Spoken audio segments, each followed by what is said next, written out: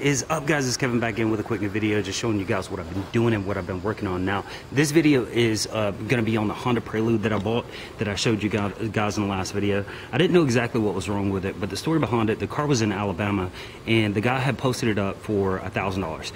Now I talked him down because I hit him up within like 5 minutes of when he posted it. I asked him, I said, he posted it as needed motor, and so I hit him up. I said, hey, what's going on with the car? He was like, oh, we're overheated and you know, it stopped on me, you know, and I was like, okay. He said, yeah, it needs a motor, blew the head gasket, that's the reason it won't start back up. I was like, okay, well, I'll go take a look at it. So I told him, I said, I'll give you $400 for it. He said, nah, I won't take any less than $6. Then he hit me up like 5 minutes later and was like, yeah, if you got $4, just come get it. So I told him, I said, well, I'm driving 2 hours, so I need you to delete the post because since it's so far away, anybody 10-15 minutes from the car could say, hey, I'll give you $6 for it, and he sell it out from under me. So he deleted the post. I got out there to take a look at it, started checking over the car for head gasket symptoms. The oil was good. There was no milkshake in the oil. There was really no leaks on the car or anything like that. It was really weird. And I opened the radiator and it was full of coolant. So I was like, this doesn't seem right. So I didn't even try to start it there. I got the car back home, and let me show you what it looks like. Now it looks a little bit different than it did because I actually plastered up the wheels on it and waxed the sides. The only bad thing is clear coat's faded there, and up there on the top has a slight dent there. You really can't tell though. But yeah, once I got it home, I put a battery in it, and it didn't want to start, and all of a sudden it started. So I was like, cool, it starts. You know, it's got a bad head gasket, but it starts.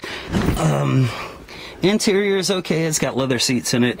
It's got 259,000 miles. Let me show you under the hood and actually show you what was wrong with it. Now this thing does not have a bad head gasket. Never had a bad head gasket. So once I got it started and I got it cleaned up, I pulled it out of the garage, and I couldn't get the damn thing to start again. So I started checking over everything, and of course it's got the H22 in it. I was checking over everything and I wasn't getting any spark off of the coil here. So I was like, okay, well, it needs a coil then. That's going to be the issue. So I went and bought a coil this morning, put it on there. Same issue, couldn't get any spark. So the next thing I was thinking was the distributor. I was like, man, I don't feel like going back to pull apart, which is, you know, almost an hour away, to get a fucking distributor today. So I was like, I'll just do it tomorrow.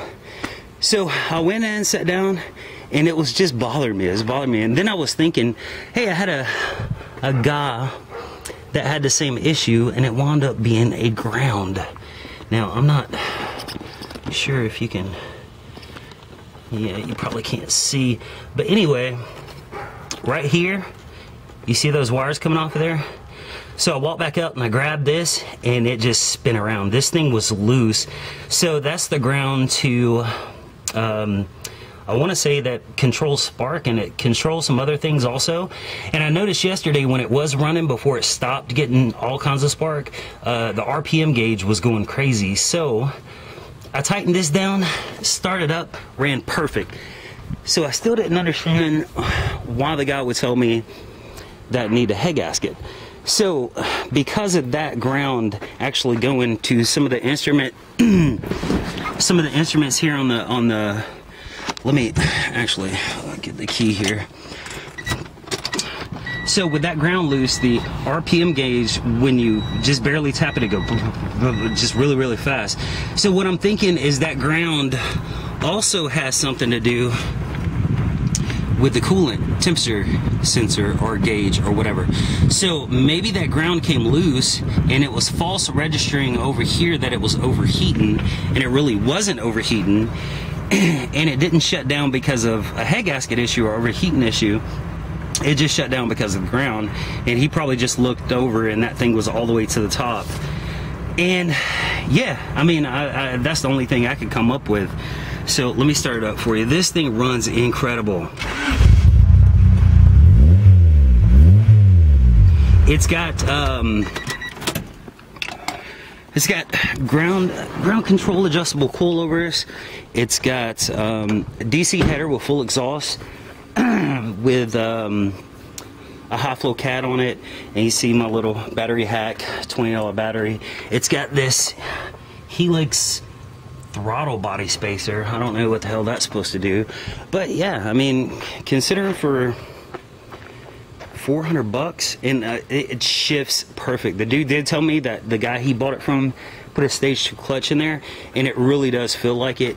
And I'm not sure if you can see down in there, but you can actually see that it is an aftermarket clutch and all that.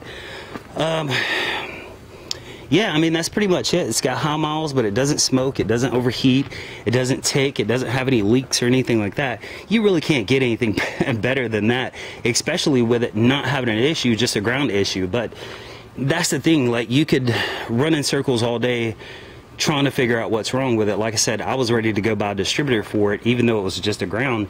So if I would have went and got a distributor and put it on there and it still wouldn't have started, then I probably would have been looking at the ECU, like the engine computer. Is it bad? Like, what's going on? So one little ground can just mess up everything and have you looking at all kinds of stuff that really isn't wrong with it. So yeah, I mean, I think that I got really, really lucky on the car. So I mean, these cars right now, stock and not this good a condition, are going for about $2 grand. I'm not even gonna sell this car for that much. I mean, considering I got $400 into it, I'm gonna let it go super cheap. But it's a really good car, and you just got to look out for deals. If somebody says that it needs a motor, get more into it, ask more questions, because people will say it needs a motor if a head gasket is blown or just because it doesn't start.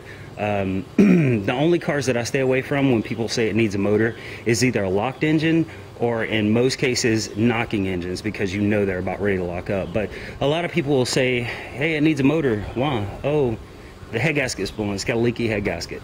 Yeah, $40 part to fix it. So you can't just go off of what people say. And yeah, that's pretty much it, guys. I'm gonna actually pull the the Nissan in here and go ahead and put the belt on it. Another weird thing that I didn't notice when I got this car, like I said, I don't know a lot about these cars. It's a 4-cylinder engine, but look at that. It's got 8 wires, because it's got 4 spark plugs over here, and then it's got 4 spark plugs up here, which is really, really weird. So yeah, I mean, I'm gonna pull it in and see if I can't get the timing belt on, and hopefully the damn thing starts up. But I'm not gonna bet any money on it. So yeah, that's pretty much it, guys. Appreciate everybody watching. Leave a comment, leave a like, subscribe. I'll talk to you guys later.